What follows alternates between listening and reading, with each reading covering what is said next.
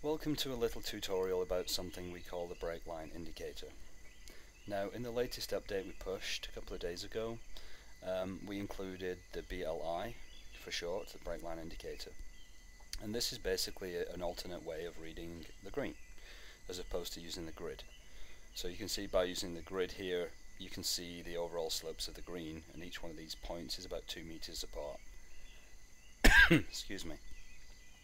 Now, a lot of people don't like using the grid.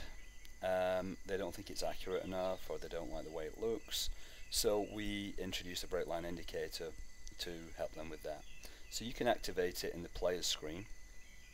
When it's activated, when you left click on the green, moving your aiming stick around it, you'll see there's a line appears at the bottom of the aiming stick. This is the break line indicator. It's not a shadow, it's a break line indicator. And even when you move it into the shadows, you can see on that slope there, I can still see it quite clearly. Now what it shows is the direction of the slope and the severity of the slope wherever I move the aiming stick. So I move it over here, for example, you can see there's a, even without the break line indicator, you can see there's a kind of a slope here going upwards past the flag. So the break line indicator is actually pointing towards us here, showing that that's the direction of the slope. Now, how long the line is shows the severity of the slope. So at that point there, you can see the bottom of the aiming stick, it's quite a long line, it means there's a severe slope there. If I move it over here, you can see this is, at that point there, that's a flat area of green, there's really nothing going on there. But if I move it towards the ball, you can see there's a little bit of break off to the right.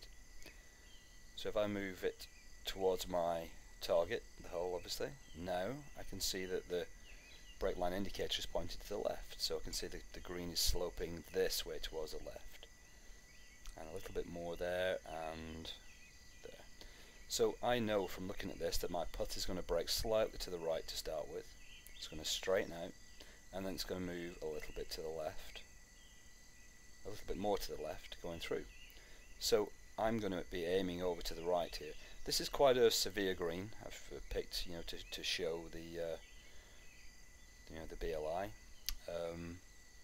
because you really see how the slopes are affected. So let me aim over there. I'll give it a click. So it moves slightly to the right, starts to come back to the left, and misses. But it was pretty close. So if I continue from that point, so I was able to accurately read that putt based on what I was seeing on the break line indicator. So if I do the same thing here, I can see this is basically all the way, this is quite a severe left to right break, slightly uphill, because the break line indicator is slightly more towards the camera here than away.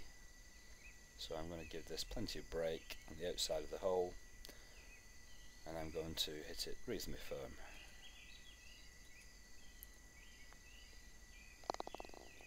There we go. All those missed short putts will be a thing of the past, I'm sure. Once you get a chance to practice with this and you get used to it, I'm sure you'll find it a big help.